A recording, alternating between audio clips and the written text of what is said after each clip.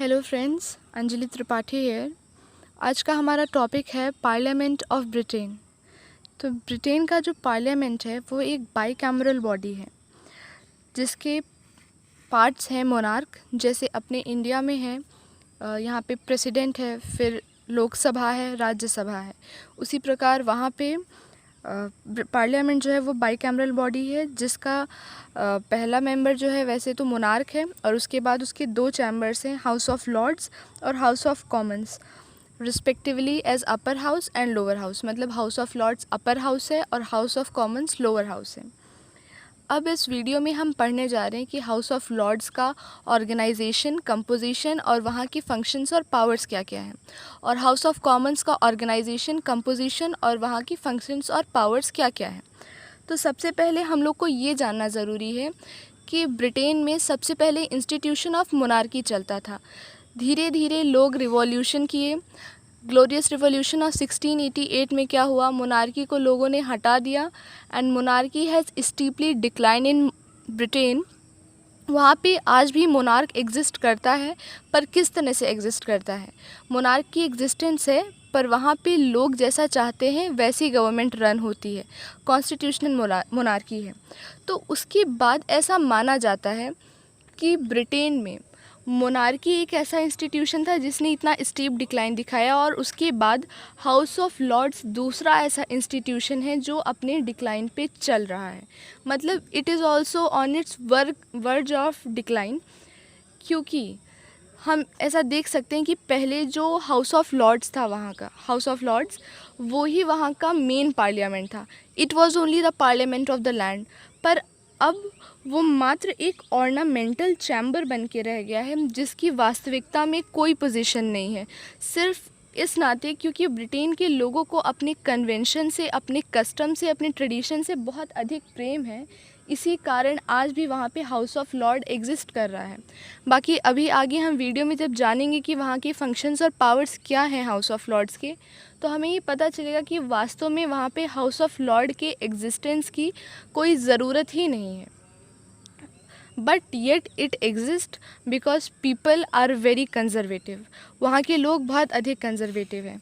So let's start with our topic of parliament of Britain. First we will take house of lords. So in house of lords we will see its organization. तो house of lords की जो organisation है वो 6 categories में divided है। मतलब वहाँ के मेंबर्स जो हैं हाउस ऑफ लॉर्ड में जो रहते हैं वो 6 कैटेगरीज में डिवाइडेड है। सबसे पहले there come the prince of the royal blood. Royal family का जो प्रिंस होगा या प्रिंसेस होगी, जो भी होंगे, not princess, only Prince of royal blood, वो रहते हैं पहले पार्ट में। मतलब 6 कैटेगरीज में डिवाइडेड है ऑर्गेनाइजेशन वहाँ का। You can simply understand that house of lords है, उसके जो मेंबर्स हैं वो 6 प्रकार के होते हैं। जो पहला मेंबर एग्जिस्ट करता है वो है प्रिंस ऑफ रॉयल ब्लड, जो वास्तव में हाउस ऑफ लॉर्ड की किसी भी प्रोसीडिंग में पार्ट नहीं लेता है। ठीक है। फिर सेकंड आता है वहाँ का all hereditary peers and peeresses of England above the age of 21। 21 साल की ऊपर की उम्र के जितने भी पियर्स हैं वहाँ पे और पियरेसेस हैं इंग्लैंड में, वो सब सेकेंड कैटेगरी में आते हैं। And this category of peers constitute a large number of member of house of Lord's. और जो एल्डेस्ट पियर होता है इस कैटेगरी का, उसको पियरेज मिल जाती है after the death of his father. फिर जो थर्ड कैटेगरी आती है वो स्कॉटिश पियर की होती है, Scottish peer.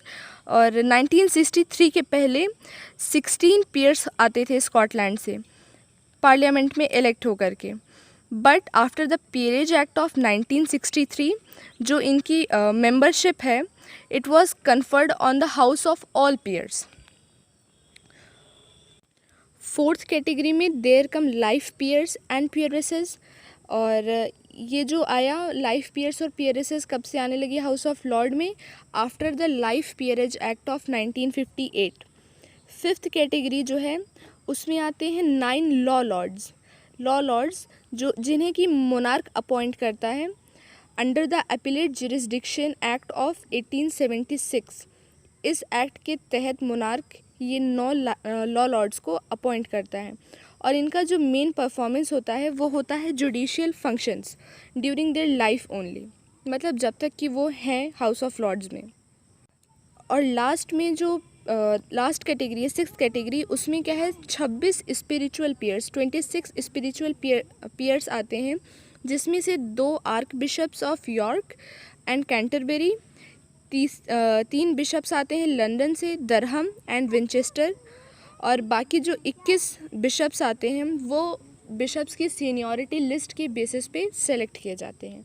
So this is all about the composition of house of lords. तो जैसा कि हम इस ऑर्गेनाइजेशन में देख सकते हैं कि इसमें जितने भी मेंबर्स हैं वो कहीं ना कहीं बहुत ही भारी बैकग्राउंड या रॉयल बैकग्राउंड के साथ आ रहे हैं और बहुत ही रिच पीपल हैं, तो इसमें सिर्फ रिच का इंटरेस्ट प्रिजर्व हो रहा है। तो एक ऐसी भावना के साथ कि इसको एक अच्छी रिप्रेजेंटेटिव बॉडी बनाया जाए। अब यूके में क्या है कि कोई भी यूके का व्यक्ति अपने आप को नॉमिनेट कर सकता है हाउस ऑफ लॉर्ड्स के लिए, पर उसके साथ एक कंडीशन है कि उस व्यक्ति के पास बहुत ही सिग्निफिकेंट रिकॉर्ड्स होने चाहिए उसके अचीवमेंट के, जो उसने अपनी लाइफ में किए और किसी एक पर्टिकुलर फील्ड में, like in the field of sports या in the field of art, a person should have the great list of achievements. तो उस बेसिस पे वो अपने आप को नॉमिनेट कर सकता है हाउस ऑफ लॉर्ड्स में, यूके का कोई भी व्यक्ति। और ऐसा सिर्फ इसलिए किया गया है ताकि हाउस ऑफ लॉर्ड्स को एक बहुत बड़ी थोड़ी रिप्रेजेंटेटिव बॉडी बनाया जा सके, फॉर द रीज़न। ये जो पीयर्स हैं हाउस ऑफ लॉर्ड्स के, इनके बहुत सारे पॉलिटिकल एडवांटेजेस हैं, बहुत सारे प्रिविलेजेस हैं। जैसे कि जितने भी, सबसे पहले तो जो भी हाउस ऑफ लॉर्ड में जितने भी मेंबर्स हैं सबको संबोधित किया जाता है लॉर्ड कह कर के, द लॉर्ड्स, ठीक है। तो ये जो लॉर्ड्स हैं इन्हें फ्रीडम ऑफ स्पीच है, फ्रीडम फ्रॉम अरेस्ट है, मतलब जो चाहे वो बोल सकते हैं, लॉर्ड्स को फ्रीडम ऑफ स्पीच है। दूसरा, जब हाउस ऑफ लॉर्ड्स अपने सेशन में हो तब कोई भी लॉर्ड अरेस्ट नहीं हो सकता, मतलब हाउस ऑफ लॉर्ड्स का कोई भी मेंबर अरेस्ट नहीं किया जा सकता है जिस वक्त हाउस ऑफ लॉर्ड सेशन में हो। प्लस इसके बाद जो हाउस ऑफ लॉर्ड के मेंबर्स हैं, जो लॉर्ड्स हैं, they can individually approach to the king to discuss the public affairs और रिकॉर्डिंग, मतलब पब्लिक अफेयर्स को डिस्कस करने के लिए डायरेक्टली आप किंग को अप्रोच कर सकते हैं।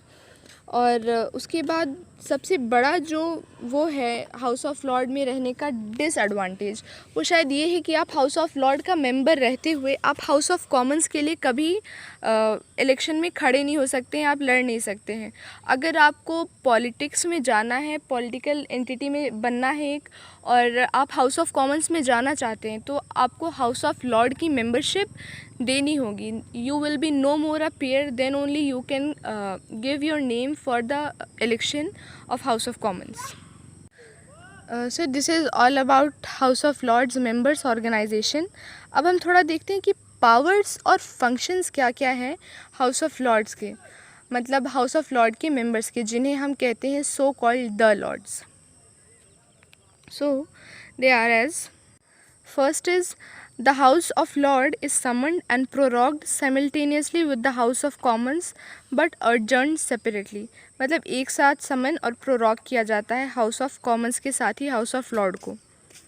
फिर हाउस ऑफ लॉर्ड्स हफ्ते में 4 दिन मिलते हैं, मंडे, ट्यूसडे, वेडनेसडे, थर्सडे, और हर रोज़ कम से कम 2 घंटे के लिए, और उससे अधिक अगर वो कभी मिल रहे तो इसका अर्थ है कि बहुत ही कोई स्पेशल या एक्सेप्शनल इशू को डिस्कस करने के लिए वो मिल रहे हैं। एंड देन वैसे तो इसका कोरम 3 है, लेकिन मिनिमम अटेंडेंस 30 आपको चाहिए अगर आपको कोई बिल पास करना हो, एल्स 3 मेंबर्स हों तब भी चलेगा, लेकिन अगर आपको कोई बिल पास करना है हाउस ऑफ लॉर्ड्स में तो आपके 30 मेंबर्स एटलीस्ट प्रेजेंट होने चाहिए।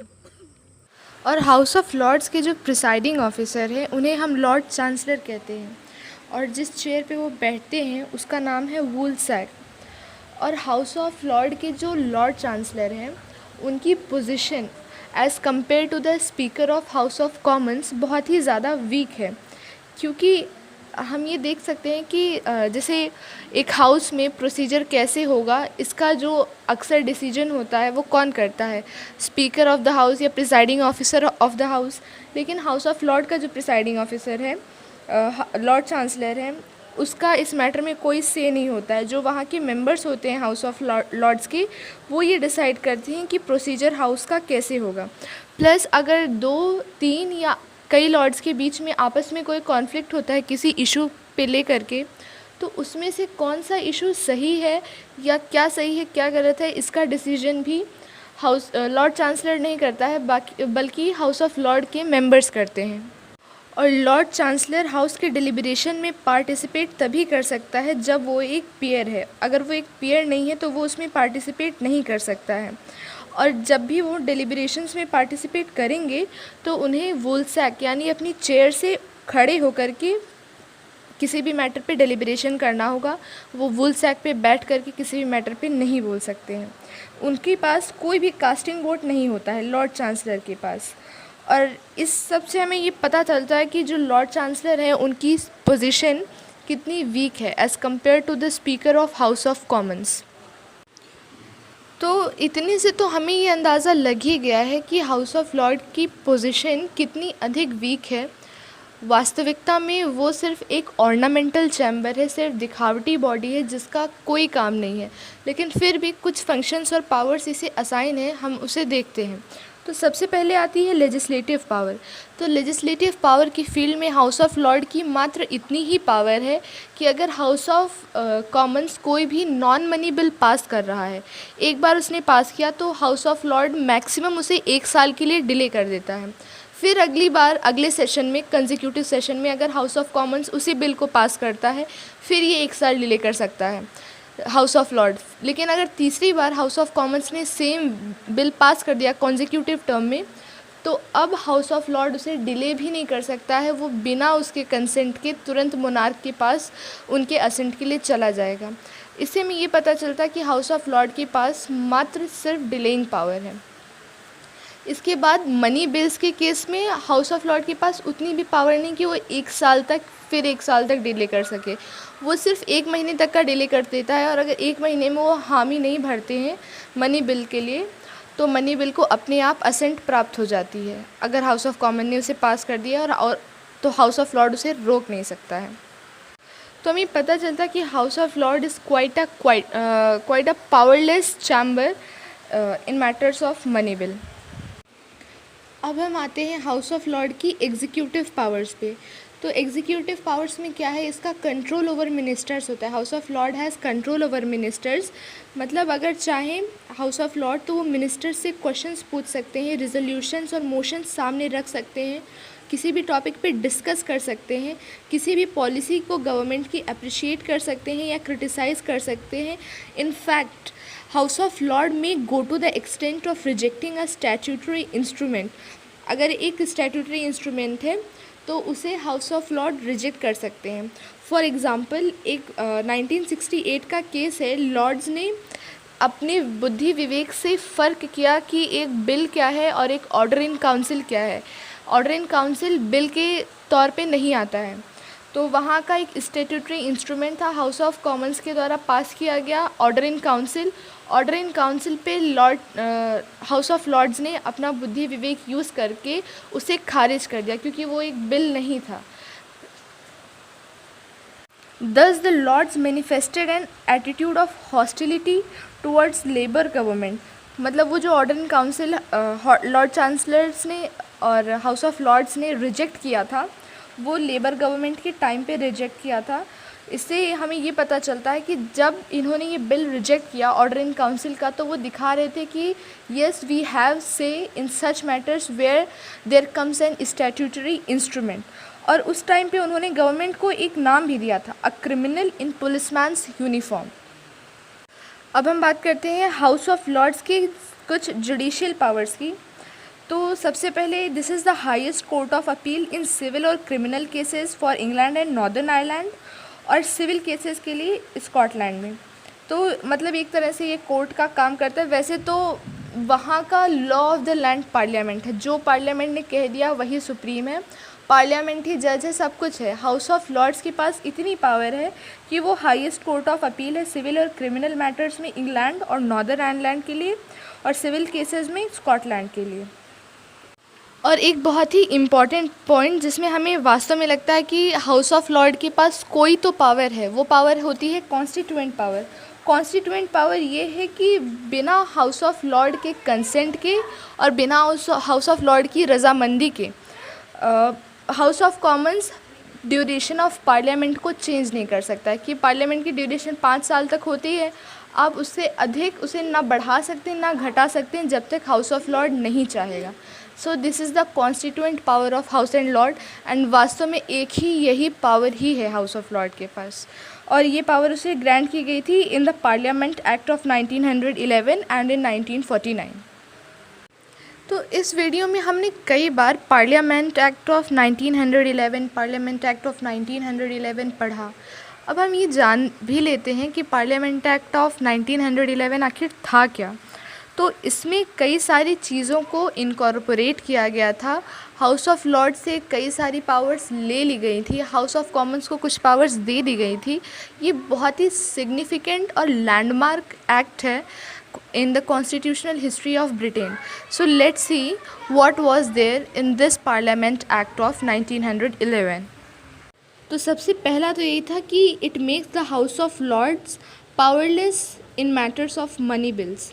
कैसे? क्योंकि इसने स्पेसिफाई कर दिया कि एक ऐसा बिल जो मनी बिल है, अगर उसे हाउस ऑफ कॉमन्स ने पास कर दिया है तो उसे हाउस ऑफ लॉर्ड को विद इन 1 मंथ पास कर देना होगा, वरना वो बिना उसके हामी के अपने आप मोनार्क के पास चला जाएगा और वो साइन हो जाएगा। तो इसमें क्या है, अगर 1 महीने में इन्होंने पास नहीं किया तो यही कहा जाएगा, हाउस ऑफ लॉर्ड की बेइज्जती ही होगी कि देखो इनके पास किए बिना भी वो बिल चला गया और उसे एसेंट प्राप्त हो गया। तो अपनी इज्जत बचाने के लिए 1 महीने के अंदर हाउस ऑफ लॉर्ड जैसे तैसे बिल पास ही कर देते हैं। और मैक्सिमम ये क्या कर सकते हैं, मनी बिल में कुछ अपनी तरफ से चेंजेस हैं वो मनी बिल में वो ऐड कर सकते हैं, पर वो चेंज तभी होगा मनी बिल में अगर कॉमन्स उस बात के लिए, हाउस ऑफ कॉमन्स उस बात के लिए एग्री कर जाते हैं जो कि हाउस ऑफ लॉर्ड्स ने बताया है, वरना बिना किसी चेंज के डायरेक्टली उस मनी बिल को रजामंदी मिल जाती है। The second important provision of the Parliament Act of 1911 was in non-financial matters. Non-financial matters में भी हाउस ऑफ लॉर्ड्स की बहुत ही लिमिटेड पावर कर दी गई कि एक बिल को वो 2 साल से अधिक डिले नहीं कर सकते हैं। 2 साल तक अगर वो किसी बात पे हाँ नहीं बोलते हैं उस बिल के, तो भी वो बिल अपने आप पास हो जाएगा, मोनार्क उस पर असेंट दे देगा। और इसमें एक मनी बिल क्या होता है, इस टर्म को भी बहुत अच्छे से डिफ़ाइन किया गया। मनी बिल का अर्थ वही नहीं जिसमें आपने टैक्सेशन के बारे में बात की है, सिर्फ वही बिल मनी बिल नहीं हो जाता है, बल्कि ऑडिट्स और अप्रोप्रिएशंस को भी मनी बिल में इंक्लूड किया जाता है। और जो speaker of house of common है उस वक्त का, उसे ये मतलब वो ऑथराइज्ड है कि वो बता सके कि जो एक गिवन बिल है वो मनी बिल है या नहीं है। He can decide. एक स्पीकर है, मान लीजिए एक बिल पे कंट्रोवर्सी है whether this bill is money bill और नॉट, तो जो ऑथराइज्ड स्पीकर है उसे वो ये बता सकता है, वो ये डिसाइड कर सकता है कि हाँ ये मनी बिल है या हाँ ये मनी बिल नहीं है, speaker of house of commons. तो इतना सब हुआ। और फिर ये एक्ट जो है, पार्लियामेंट एक्ट, ये हाउस ऑफ कॉमन्स का जो टेन्योर है वो 5 साल का होगा, ये भी डिसाइड कर देता है। तो ये 3 पॉइंट्स हैं। इसे पढ़ने के बाद हम ये बहुत ही स्पष्ट रूप से समझ सकते हैं कि हाउस ऑफ लॉर्ड्स के पास वास्तविकता में कोई भी पावर नहीं है, वो मात्र एक डिलेइंग इंस्टीट्यूशन है। और अगर कोई भी बात कही जाती है that we are consulting to parliament, इसका सीधा सा अर्थ है that we are consulting to house of Commons. और जब हाउस ऑफ कॉमन्स भी हम पढ़ेंगे तो आप देखेंगे कि हाउस ऑफ कॉमन्स में भी जो रियल पावर है वो कैबिनेट एंड प्राइम मिनिस्टर के पास है। तो इन कंक्लूजन हम ये बात कह सकते हैं कि हाउस ऑफ लॉर्ड की एग्जिस्टेंस की कोई ज़रूरत ही नहीं है। तो हम कुछ रीज़न्स देख लेते हैं कि हाउस ऑफ लॉर्ड क्यों ख़त्म कर देना चाहिए। तो सबसे बड़ा रीज़न है कि इसका जो कॉम्पोजिशन है, इसकी जो ऑर्गेनाइजेशन है, इट इज़ थरली अनडेमोक्रेटिक। ये इतना अधिक अनडेमोक्रेटिक है, जैसा कि आप देख सकते हैं इसमें पीयर्स हैं, हेरिडिटरी पीयर्स हैं, लाइफ पीयर्स हैं। स्कॉटिश पेयर्स हैं, मतलब सब कहीं ना कहीं रॉयल बैकग्राउंड से, बड़े बैकग्राउंड से आ रहे हैं। इसमें कॉमन पीपल का कोई रिप्रेजेंटेशन ही नहीं है। Its composition is thoroughly undemocratic, ये लोगों को कहीं रिप्रेजेंट ही नहीं करता है। पहला बड़ा रीज़न ये हो गया। दूसरा, house of Lord is a body of very rich person, और बहुत रिच लोगों की बॉडी होने के नाते क्या हो रहा है, इस जो हाउस ऑफ लॉर्ड है, it protects the interest of alone rich, मतलब सिर्फ रिच का ही इंटरेस्ट इसमें प्रोटेक्ट हो रहा है। और it has been called a citadel of wealth, इस हाउस को कहा गया सिटाडेल ऑफ वेल्थ। और ये जो हाउस है ये क्लास कैरेक्टर को भी डिनोट करता है, मतलब house of lords do have a class character. The third important point is this house is a sworn defender of the policies of conservative party. जिस तरह से कंजर्वेटिव पार्टी की जो आइडियोलॉजीज़ हैं, हाउस ऑफ लॉर्ड हमेशा उसके साथ रहता है। It is a sworn defender, मतलब अगर कभी लेबर पार्टी और कंजर्वेटिव पार्टी में कोई भी कॉन्फ्लिक्ट ऑफ डिफरेंसेस अराइज करते हैं, कुछ भी, तो हमेशा जो हाउस ऑफ लॉर्ड्स होगा वो कंजर्वेटिव पार्टी के साथ ही रहता है, ये हम देख सकते हैं। और इसी वजह से अक्सर जब हाउस ऑफ कॉमन्स में कंजर्वेटिव गवर्नमेंट होती है तो वो बहुत अधिक नेचुरल सपोर्ट पा जाती है हाउस ऑफ लॉर्ड का, जबकि जब लेबर गवर्नमेंट होगी हाउस ऑफ कॉमन्स में तो उसे उतना सपोर्ट, उतना वो नहीं मिलता है हाउस ऑफ लॉर्ड्स की तरफ से जितना उसे मिलना चाहिए। The next important point is house is characterized by mass absenteeism. जैसा कि मैंने पहले ही बताया था कि इसमें मिनिमम 3 मेंबर्स प्रेजेंट हो सकते हैं और एक बिल पास करने के लिए इसका कोरम होता है 30, और वास्तविकता में इसमें मेंबर्स हैं 200 एंड अबव। तो आप खुद सोचिए, इसका रेशियो 10 या 20% तक भी नहीं जाता है। मास एब्सेंटिज्म, बहुत अधिक एब्सेंट रहते हैं लोग, इसमें प्रेजेंट ही नहीं रहते हैं।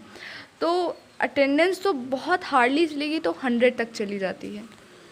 नेक्स्ट इम्पॉर्टेंट पॉइंट इज़ कि house of lord hardly provide any positive service to the country. वो सिर्फ क्लास कैरेक्टर को डिनोट करता है, सिर्फ रिच पीपल उसमें बैठते हैं। इसका कंपोजिशन पूरी तरह से अनडेमोक्रेटिक है, ये कहीं भी लोकल पीपल के इंटरेस्ट को डिनोट नहीं करता है। तो उसी प्रकार ही किसी भी प्रकार की पॉजिटिव सर्विस कंट्री को दे ही नहीं रहा है। No one can exercise the effective control over government through this house. ये हाउस सिवाय डिले के कुछ कर ही नहीं सकता है। तो ये कुछ इम्पॉर्टेंट और मास रीजंस है कि क्यों हाउस ऑफ लॉर्ड को एंड कर देना चाहिए। बट येस, वो वहाँ पे अभी भी एग्जिस्ट करता है क्योंकि British people are very much conservative. They do not favour the radical view of finishing their old institution. जो दो हम कह सकते हैं कि ये यूटिलिटी है इसके होने की, तो सबसे ज़्यादा तो ये कि अगर ये किसी मैटर में डिले कर रहा है तो एक बार के लिए हाउस ऑफ कॉमन वास्तव में सोचता है कि अगर वास्तव में हम एक मैटर को, एक बिल को पास कर रहे हैं और वो 2 साल डिले किया गया हाउस ऑफ लॉर्ड के द्वारा, तो ज़रूर उसमें कोई कमी होगी। एक साथ 200 लोगों की विजडम गलत नहीं हो सकती है। It is a collective wisdom of whole house. तो इसी वजह से एक थोड़ा सा कहीं अ फूड ऑफ थॉट देता है ये हाउस ऑफ कॉमन्स को कि हमें अपने बिल में कुछ चेंजेस करने चाहिए। ये थोड़ी सी यूटिलिटी है इस हाउस की होने की। और नेक्स्ट, ये इतनी सी सर्विस प्रोवाइड करता है कि it act as the highest court of appeal in civil and criminal cases. तो इसके 2 इम्पॉर्टेंट यूटिलिटीज़ के अलावा इसका कुछ भी हमें दिखता नहीं है कि वास्तव में इसके एग्जिस्टेंस की कोई भी वजह होनी चाहिए। प्लस वहाँ की पीपल कंजर्वेटिव हैं, सो दिस इंस्टीट्यूशन एग्जिस्ट। तो now we have completed the house of lords. अब हम देखते हैं कि हाउस ऑफ कॉमन्स की क्या है organization, composition, functions and powers, how does it provide service to the parliament of Britain, और कितना स्ट्रॉन्ग, कितना एफिशिएंट है ये हाउस, कितना इसकी इम्पोर्टेंस है on the land of England. Let us take a look. तो सबसे पहली और सबसे इम्पॉर्टेंट बात, house of commons is not only the lower chamber of British parliament, it is the only powerful wing of the king in parliament. इसे हम lower chamber ही सिर्फ नहीं कह सकते, मतलब कि पूरे पार्लियामेंट जो है वहाँ का सबसे पावरफुल इंस्टीट्यूशन जो है उसे हम हाउस ऑफ कॉमन्स कह सकते हैं। तो about the composition of house of Commons हम ये कह सकते हैं कि वहाँ पे एक ये बहुत ही अधिक रिप्रेजेंटेटिव बॉडी है जो ये पार्लियामेंट फॉर्म ऑफ गवर्नमेंट ये निकल के आई है। This is Britain is the Motherland of this institution. तो यहाँ से हमें ये पता चलता है कि रिप्रेजेंटेटिव फॉर्म ऑफ गवर्नमेंट होती कैसे है। And this house of government is the best example that how representative form of government exist. तो इस हाउस में ये लोअर चैम्बर है और यहाँ पे लोगों के रिप्रेजेंटेटिव्स ही आते हैं। इन 2005 इसके रिप्रेजेंटेटिव्स कुछ 646 थे and in present time we can say कि यहाँ पे 650 सीट्स हैं। 650 सीट्स में जो मेजर कंपटीशन होता है, यहाँ पे 2 पार्टी सिस्टम है, कंजर्वेटिव पार्टी और लेबर पार्टी। हालांकि कुछ स्मॉल पार्टीज़ एग्जिस्ट करती हैं like green party, liberal party, this type, but जो मेन 2 पार्टीज़ हैं वो कंजर्वेटिव पार्टी और फ़िलहाल जो पावर में है वो कंजर्वेटिव पार्टी ही है। तो यहाँ पे हर वो व्यक्ति जो 18 साल की उम्र से बड़ा हो चुका है या 18 and 18 above, he can vote. और for contesting elections one should be of at least 21 age. और इसके बाद हम ये समझें कि each constituency is a single member constituency. मतलब एट प्रेजेंट वहाँ पे 650 सीट्स हैं हाउस ऑफ कॉमन्स में, यानी ब्रिटेन में टोटल 650 कॉन्स्टिट्यूएंसीज एग्जिस्ट करती हैं। हर कॉन्स्टिट्यूएंसी से एक एक रिप्रेजेंटेटिव आता है, ठीक है। फिर इसके बाद हमारे पास कुछ डिसक्वालिफिकेशन है, मतलब कौन कौन लोग हाउस ऑफ कॉमन्स के लिए कभी एलेक्ट नहीं किए जा सकते as according to the disqualification act of 1957। तो इसकी एक पूरी लिस्ट है। दे आर द चर्चेज, मतलब इस्टेब्लिश चर्चेज़ के जो सिलर्जी मैन हैं from England and Scotland, peers of the UK, the holders of the certain office under the crown, holder of the judicial offices, civil servants, members of the regular and armed police services, members of the legislature of any country outside the Commonwealth, and the holder of other public offices listed in the House of Commons Disqualifications Act of 1957। मतलब इतने लोग यहाँ पे mainly तो हम जानते ही हैं कि जो हाउस ऑफ लॉर्ड में है वो कभी हाउस ऑफ कॉमन्स में नहीं आ सकता, जो पीयर्सेस हैं वो कभी हाउस ऑफ कॉमन्स में नहीं आ सकते, जो सिलर्जीमैन हैं इंग्लैंड और स्कॉटलैंड के वो कभी हाउस ऑफ कॉमन्स में नहीं आ सकते, प्लस जिसके ऊपर कुछ क्रिमिनल चार्जेस है वो हाउस ऑफ कॉमन्स में नहीं आ सकता, जिसने जैसे बैंकरप्ट किया है, he is lunatic, no one can come in the house of Commons. So this was all about the disqualification of house of Commons की कौन कौन नहीं आ सकता है। और जो नॉर्मल टेन्योर है हाउस ऑफ कॉमन्स का वो 5 साल का है as according to the Parliament Act of 1911। और अगर कोई एग्जिस्टिंग मेंबर है हाउस ऑफ कॉमन का वो रिज़ाइन कर देता है या उसकी डेथ हो जाती है तो बाई इलेक्शन करके उस सीट को फिल किया जाता है। ये डेथ वाला केस तो चलिए नेचुरल है, इट अकर्स, लेकिन ये जो रेजिग्नेशन वाला केस है इसको सिर्फ हम एक फिक्शियस केस कहते हैं, क्योंकि ऐसा आज तक कभी हुआ नहीं, क्योंकि ये आज तक का इस्टेब्लिश्ड कन्वेंशन है। कन्वेंशन मतलब जैसा आप समझते आ रहे हैं कि जो भी प्रथाएं चल रही हैं ब्रिटेन में, तो ये भी एक इस्टेब्लिश्ड कन्वेंशन है कि कोई भी member of house of common अगर रिज़ाइन करेगा तो वो यहाँ से रिज़ाइन नहीं करेगा, वो मतलब हाउस ऑफ कॉमन से रिज़ाइन तभी करेगा जब वो अपने आप को चूज़ करेगा for any office under the crown.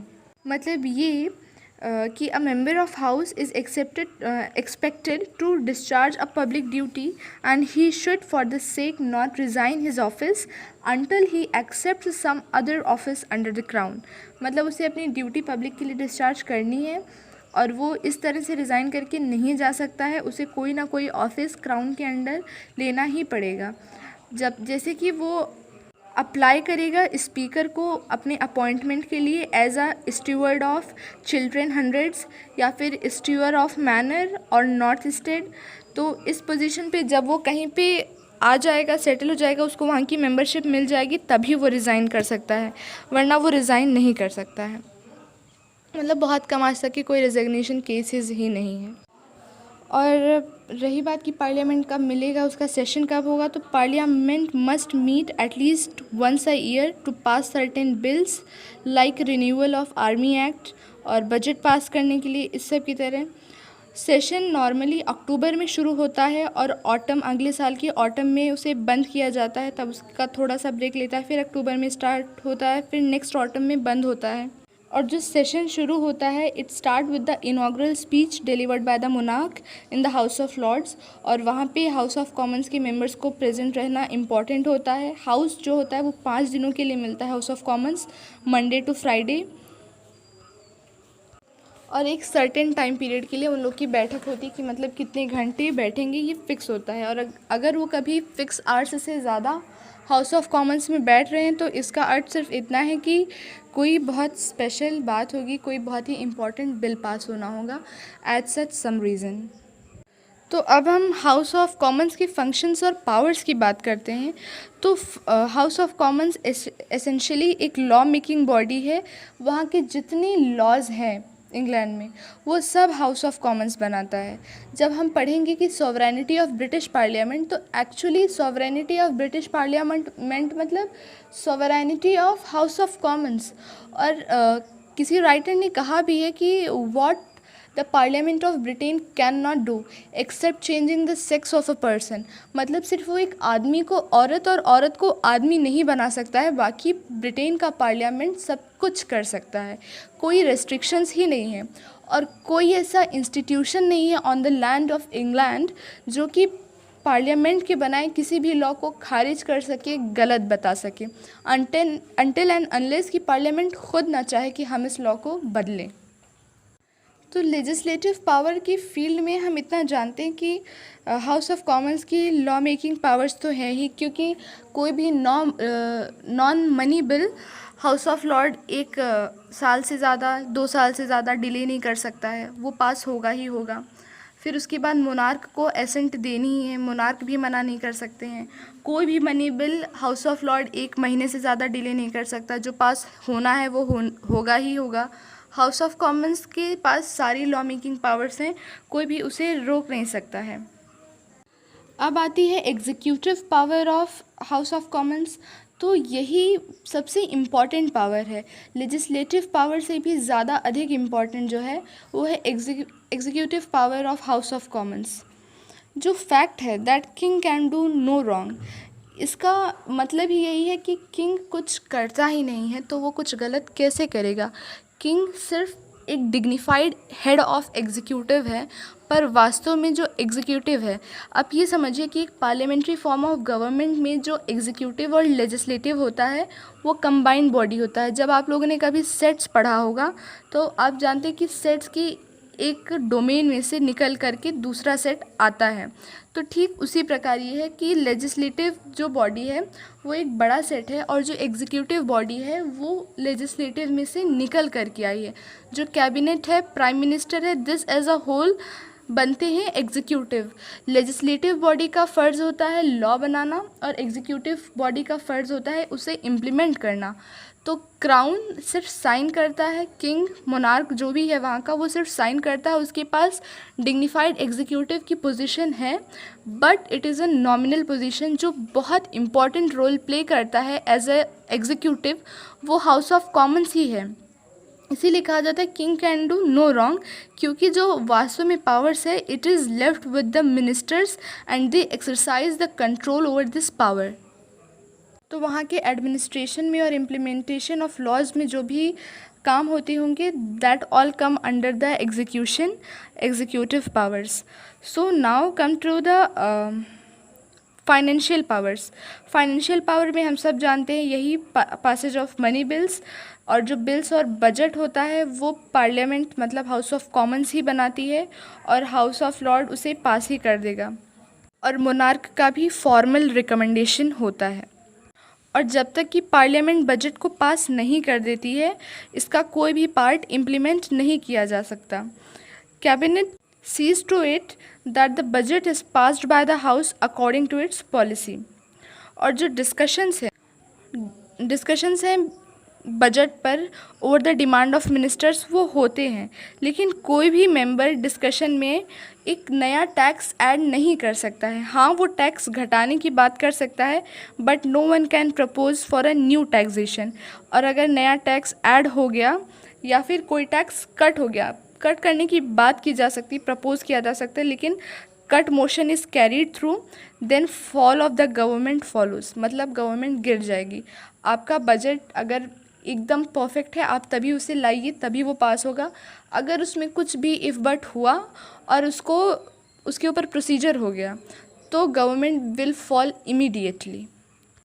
और इसीलिए इन सब मैटर्स के लिए एक जो सेंसिबल प्राइम मिनिस्टर होता है वो बहुत ही ध्यान देता है कि उसका गवर्नमेंट कैसे चल रहा है, कैसे काम कर रहा है, and looks at the various crimes of the government highlighted by the free critics. House of commons के पास जुडिशियल पावर्स भी होती हैं। अगर कोई व्यक्ति कंटेम्प्ट कर रहा है प्रिविलेजेस ऑफ द हाउस को, तो उसी क्षण हाउस का जो स्पीकर होता है वो एक अरेस्ट वारंट साइन करता है उस व्यक्ति के अगेंस्ट, और उसे हाउस के सामने पेश किया जाता है। हाउस चाहे तो उसे छोड़ दे, रिलीज़ कर दे, और अगर चाहे तो उसे पनिशमेंट भी दे सकती है। और उसकी अगर हाउस ने कोई पनिशमेंट दे दी तो कोई भी जुडिशियल बॉडी नहीं है ब्रिटेन में जो उस जजमेंट को ओवरराइड कर सके, उसके अगेंस्ट जा सके, who can go the against the verdict of the house। तो ये बहुत इंपॉर्टेंट जुडिशियल पावर है, that one who contempts the privileges of the House he is awarded with the punishment. कभी कभी ये कहा जाता है कि हाउस ऑफ कॉमन्स ने जो अपनी सारी रियल पावर्स हैं वो in the favour of the government transfer कर दी है, मतलब कैबिनेट को, कैबिनेट मिनिस्टर्स को, और हाउस अंडर द मिनिस्टर्स आ गया है। हाँ, कुछ हद तक ये सही भी है, पर ये वास्तविकता नहीं है। अगर आपके पास मेजॉरिटी का सपोर्ट नहीं है, क्योंकि ये जो पार्लियामेंट्री फॉर्म ऑफ गवर्नमेंट होती है, it is a form of government like it's swing together, it sinks together, मतलब एक साथ ऊपर भी आ सकती है और एक साथ नीचे भी जा सकती है। तो मेजॉरिटी का पूरा पूरा सपोर्ट आपके पास होना चाहिए। और हाँ, पार्टीज़ के जो मेंबर्स होते हैं जो मेजॉरिटी में आ जाते हैं, वो अपनी पावर्स कहीं ना कहीं कैबिनेट को दे देते हैं। कैबिनेट जो चाहती है वो होती है। पहले भी हमने आपको बताया कि वास्तव में sovereignty of British parliament means sovereignty of house of commons, and it means sovereignty of cabinet, और फिर आगे जाके आप जानेंगे that it means the sovereignty of prime minister. और इसी वजह से इसे prime ministerial form of government भी कहा जाता है। Earlier it was known as Westminster model, but now it is known as prime ministerial form of government. Now coming to the Speaker of House of Commons. The Speaker is the presiding officer of the House of Commons. His designation is derived from the fact कि पहले के दिनों में, मतलब 12th and 13th century में, जो presiding officer of house of Commons होता था वो एक पेंशनिंग बॉडी थी, लॉ मेकिंग बॉडी पहले नहीं थी हाउस ऑफ कॉमन्स। और उसका जो प्रिसाइडिंग ऑफिसर होता था, सिर्फ उसी को अधिकार था कि वो पूरे हाउस की तरफ से मोनार्क से बात करे। तो उसी कन्वेंशन को आगे बढ़ाते हुए हाउस ऑफ कॉमन्स का एक प्रतिनिधि होने लगा, एक स्पीकर होने लगा, प्रिसाइडिंग ऑफिसर होने लगा, जिसे स्पीकर ऑफ द हाउस कहते हैं। जैसा कि हम लोग जानते हैं कि पहले house of Lord parliament of land हुआ करता था, लेकिन धीरे धीरे समय के साथ सब बदलता गया। अब house of common parliament of the land है। अब हाउस ऑफ लॉर्ड का जो स्पीकर है वो बोलता तो काफ़ी कम है, लेकिन जब भी बोलता है तो बहुत ही स्ट्रांगली बोलता है, and he speaks not to the house but for the house. House से नहीं कहता, हाउस के लिए कहता है। डगलस क्लिफ्टन ब्राउन, जो कि एक स्पीकर रह चुके हैं 1945 में, वो दोबारा स्पीकर रह चुके हैं। 1945 में वो फिर से स्पीकर बने, तो उन्होंने बहुत इम्पॉर्टेंट लाइंस कोट की, जो वास्तव में जो प्रेजेंट टाइम में स्पीकर हैं, हमारे लोकसभा के भी जो स्पीकर हैं, जो ब्रिटेन के हाउस ऑफ कॉमन्स के भी स्पीकर हैं, उनके लिए ये लाइन वास्तव में एप्लीकेबल हैं, जो कि डगलस क्लिफ्टन ब्राउन ने कही।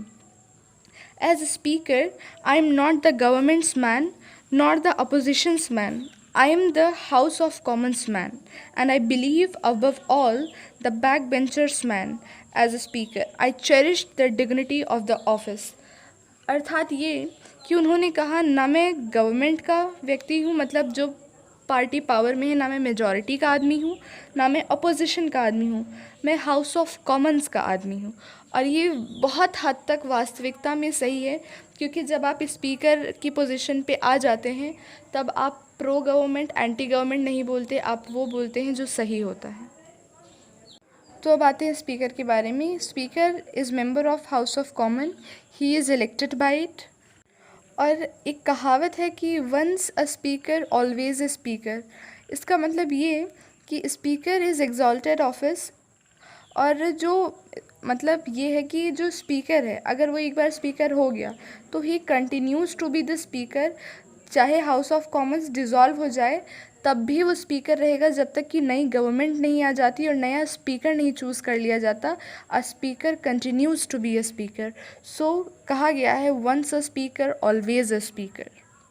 और एक स्पीकर का ऑफिस पाने के बाद जो स्पीकर होता है वो एक नॉन पॉलिटिकल कैरेक्टर को गेन कर लेता है, and his non political character is his best qualification entitling him to seek re election and return unopposed. मतलब उसका नॉन पॉलिटिकल कैरेक्टर की वजह से वो फिर इलेक्शन में खड़ा होता है, फिर वापस लौटता है, वो भी बिना किसी अपोजिशन के। क्योंकि एक स्पीकर जो होता है, he is neither the government's man nor the opposition's man, he is the man of the house. और there is a tradition of continuity. इसका अर्थ ये, ट्रेडिशन ऑफ कॉन्टीन्यूटी मतलब जब भी जो स्पीकर की पोजीशन है उसमें वैकेंसी आती है ड्यू टू द डेथ या voluntary retirement of the speaker, मतलब स्पीकर की पोजीशन अब खाली हो गई तो जो डेप्यूटी स्पीकर होता है उसे एलिवेट कर दिया जाता है to the position of the speaker with the formality of election. Formally एक इलेक्शन हो जाता है, हालांकि लोग को पता है कि जो डेप्यूटी स्पीकर है वो स्पीकर हो जाएगा। और अगर डेप्यूटी स्पीकर नहीं है तो क्या होता है कि एक बैक बेंचर को, मतलब एक नॉन कंट्रोवर्शियल फिगर को हाउस ऑफ कॉमन्स में से एलेक्ट कर लिया जाता है, उसका नाम चूज़ कर लिया जाता है कि आइए आपको स्पीकर बनना है, क्योंकि वो एक नॉन कंट्रोवर्शियल फिगर है और वो ना एंटी गवर्नमेंट होगा ना प्रो गवर्नमेंट होगा, उसका एक नॉन पॉलिटिकल नेचर होगा। मतलब वो किसी भी ना मतलब कंजर्वेटिव की तरफ से बोलेगा ना लेबर पार्टी की तरफ से बोलेगा। तो इसी वजह से एक बैक बेंचर को चूज़ किया जाता है, फिर एक फॉर्मल इलेक्शंस होते हैं और अगर वो इलेक्शन जीत जाता है फिर वो स्पीकर बन जाता है। दोबारा जब हाउस मीट करता है तब भी वो वही रहता है स्पीकर, जब तक कि एक नए स्पीकर का चयन ना हो जाए। So the speaker is the chairman of the house and by the virtue of this capacity he act as a presiding officer. और ये जो speaker of house of commons है वो इतना अधिक पावरफुल होता है कि देखिए इसकी जो लिस्ट ऑफ वर्क है वो बहुत ही इम्पॉर्टेंट है। पहला तो ये जो हाउस की मीटिंग है, जब हाउस बैठती है तो हाउस की मीटिंग को एक ऑर्डरली मैनर में कंडक्ट करवाता है। ये इंसान को चूज़ करते हैं कि आप बोल सकते हैं, आप बोल सकते हैं। ये लोगों को चुप भी कराता है कि अब आप चुप हो जाइए, आपका टाइम ख़त्म हो गया है। इसके पास ये भी पावर है कि अगर किसी ने कुछ ऑफेंसिव बोला है, कुछ ऐसा बोला है which is against the dignity of the house, तो उस मेंबर से कहे कि आप इसके लिए अपोलोजाइज़ करिए। ये हाउस में कोई भी किसी को भी अनपार्लियामेंट्री एक्सप्रेशन को एक्सप्रेस नहीं करने देता है। So we can say that he maintains discipline in the house. और अगर कभी कभी तो ये भी होता है कि किसी मेंबर ने बहुत अधिक वायलेट की है, मतलब डिग्निटी ऑफ द हाउस, गरिमा को वायलेट किया है हाउस के, तो अपने सेग्रेंट एट आर्म से कह करके स्पीकर उस मेंबर को हाउस से बाहर भी निकलवा सकता है अगर वो खुद से हाउस नहीं छोड़ रहा है मेंबर तो। और जब भी कोई वोट होता है हाउस में और एक टाई हो जाता है तो उसका एक कास्टिंग वोट होता है टू ब्रेक द टाई।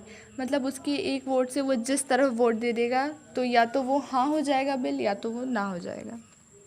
और जैसा कि हम पहले भी पढ़ चुके हैं कि पार्लियामेंट एक्ट ऑफ 1911 में इसको एक एक्सक्लूसिव पावर भी दी गई है to decide a bill whether it is a money bill और it is a non money bill. Speaker की एग्जीक्यूटिव पावर्स भी होती हैं, ये इशू करते हैं रिट्स एंड वारंट्स, और ये वेरियस कमिटीज़ के चेयरमैन को भी अपॉइंट करते हैं।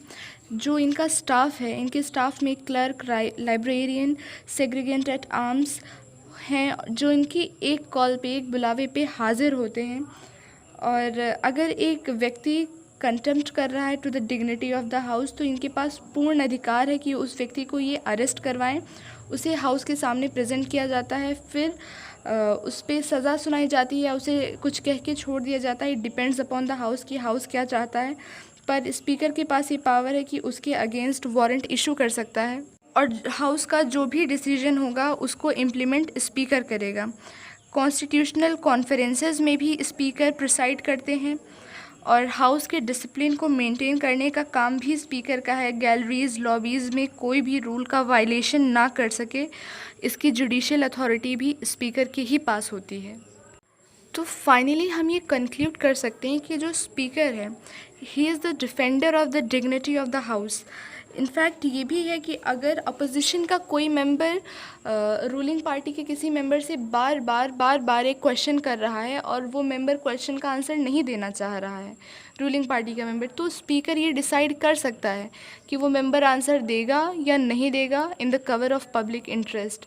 और जो एक बार स्पीकर डिसाइड कर दिया उसके अगेंस्ट फिर ना रूलिंग पार्टी का मेंबर बोल सकता है ना अपोजिशन का मेंबर बोल सकता है। और इन मैटर्स में speaker uses his discretion to rule whether a question or a resolution is admissible or not।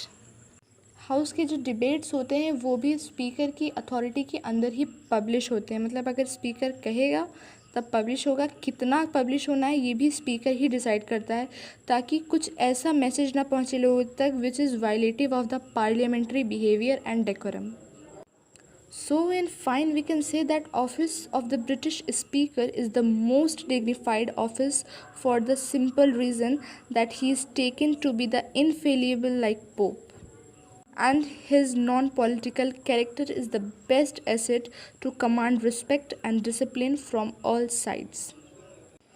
So house of commons में हमने क्या पढ़ा? Composition, function and powers.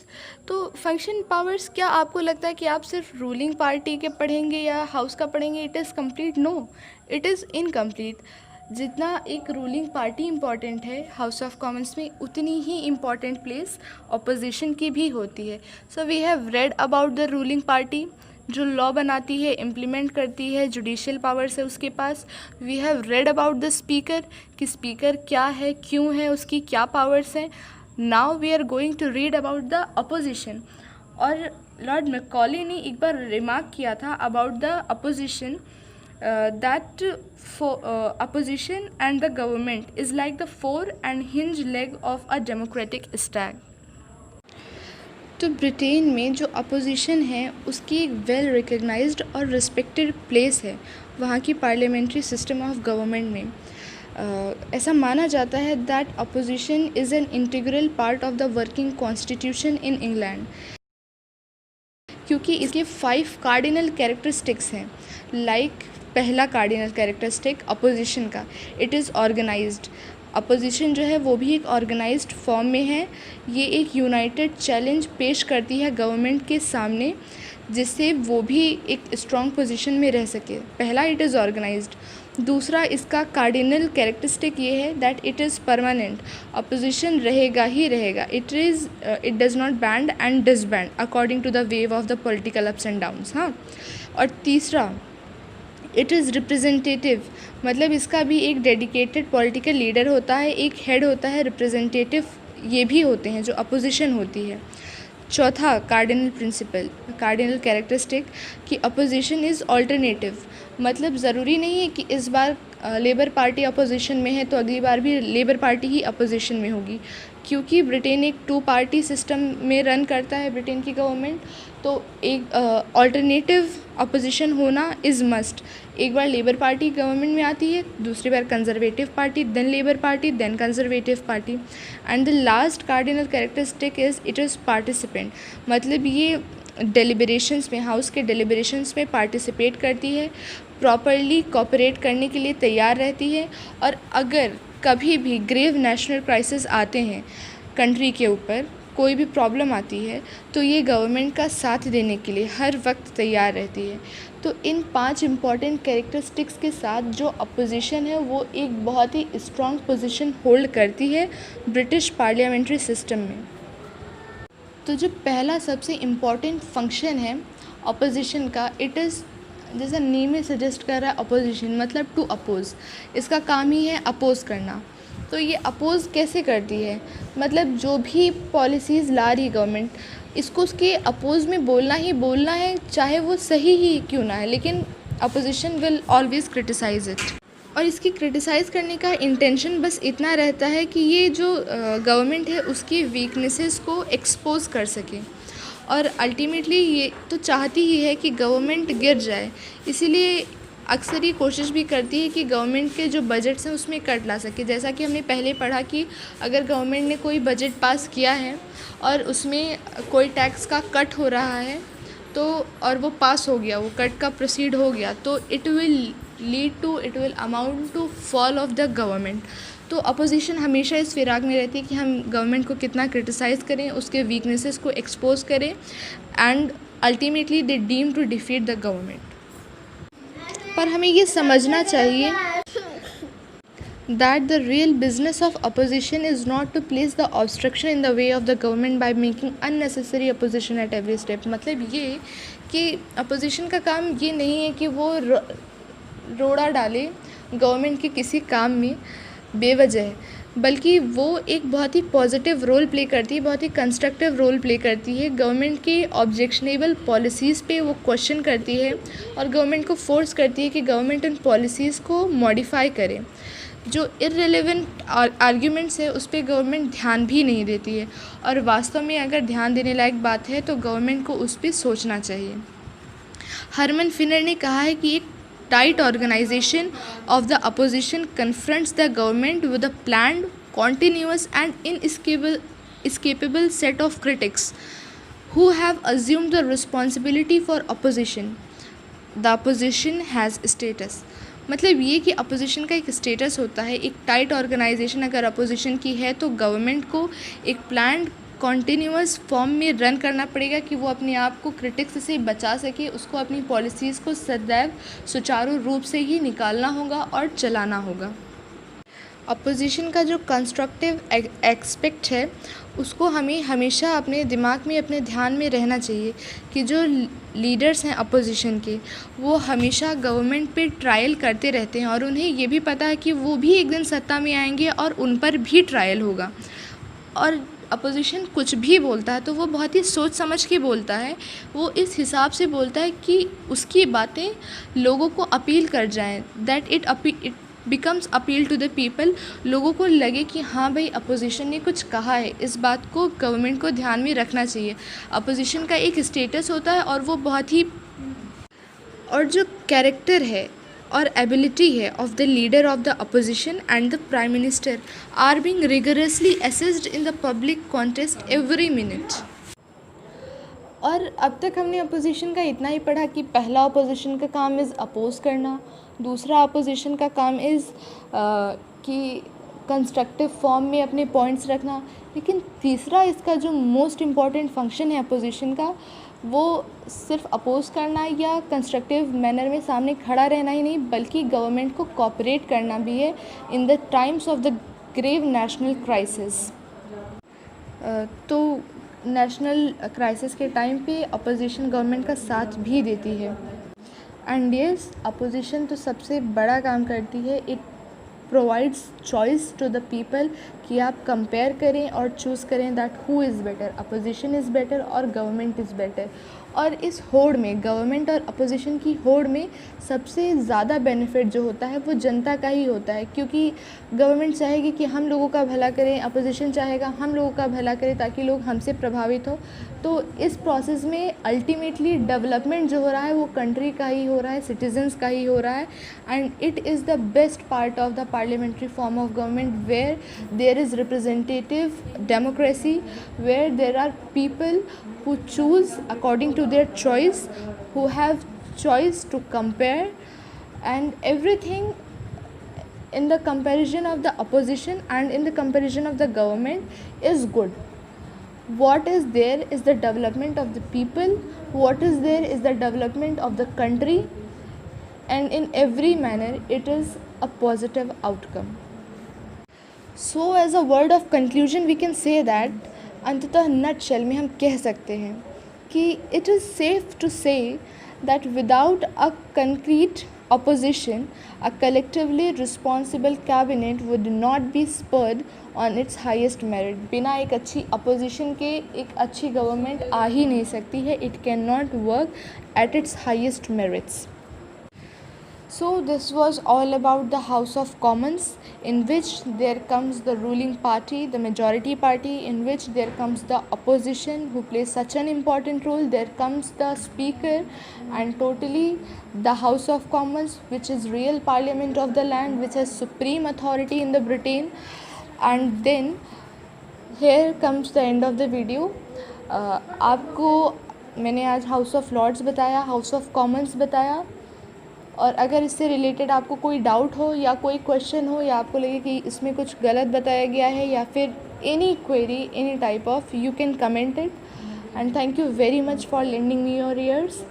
और बताइएगा ज़रूर that how was the video. Do like and share and subscribe my channel. Thank you very much.